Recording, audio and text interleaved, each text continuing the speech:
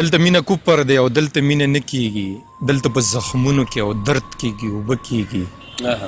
دلته مینه کوپر دی او دلته مینه نه کیږي، دلته په زخمونو کې درد کیږي اوبه کیږي. هر څه غریو نیولې دي خدای خبر چې څه کیږي. هر څه ستا د مخه دي، هر څه ستا د مخه دي. څه چې کیږي ښه کیږي، مه راځه چې ناراضي سوال زمانه نه کیږي. د استاد صابر صاحب په دغې لنډ بهرونو غزل باندې د خپل ملګري نیازه خان لخوا سلامونه واخلې ملګرو. او راغلی یم ذکر مې کړی و چې منصور صاحب خواله راغلی یم، ملګري بار بار غوښتنه کوي، نو د هغه نه مو د وصال مازدیګر پروګرام هم ریکارډ کو. غواړم چې د هغه نه نوې غزل هم ریکارډ کړم او له ځان سره یوسم. دغه ماښام ته وختونه څو ساعتونه نږدې دي، ځکه چې لاره اوږده ده. زه به د هغې شپې رسم خپل کور ته خپل بچو له، نو غواړم چې دغه وخت ضایع نه کړم او د منصور صاحب نه غزل واورو او بیا په شریکه باندې د هغې نه خوندونه واخلو. زه په یوازې دغه لار ووښم. منصور صاحب سلامونه.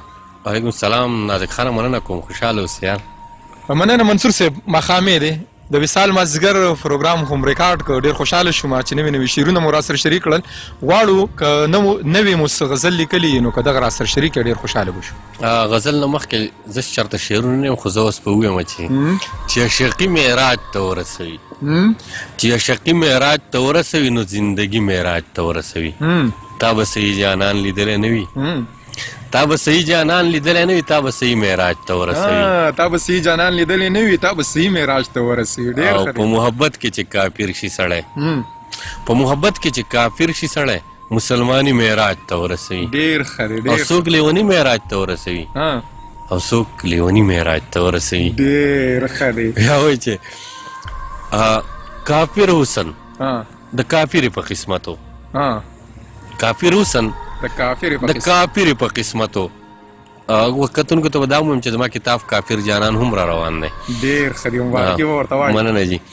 چې کافر حسن د کافرې په قسمتو او ما د دواړو سره کړی محبتو. د ژوندون په آخري سلګۍ یې ووې، د ژوندون په آخري سلګۍ یې ووې، زما تا ته او ستا ما ته ضرورتو. ډېر ښه دی، ډېر ښه دی.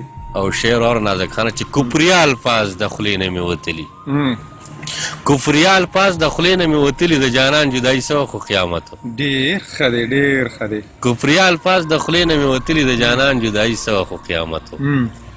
د مور غږ او د یار غېږې په نصیب وه، د مور غږ او د یار غېږې په نصیب وه، دې سړي ته دا دنیا ځکه جنت و.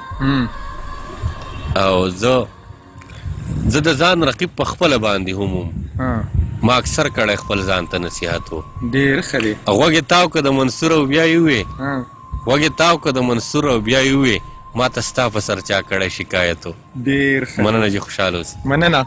ګرانو ملګرو، محمد ګل منصور صاحب هم واورېدو، د هغه ښکلې شاعري او د هغه ته په کتاب چاپ کولو، د هغه دریم کتاب را روان دی، ته د غوږونو والی مه خرڅوه.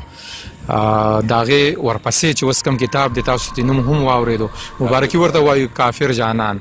نو یې هم ډېر عجیبه نوم دی. او دغه مینوالو ته د هغه دغه ډالۍ کوو ورته چې چمتو دې اوسي، دغه کتاب به ستاسو لاسونو ته ډېر زر در ورسي.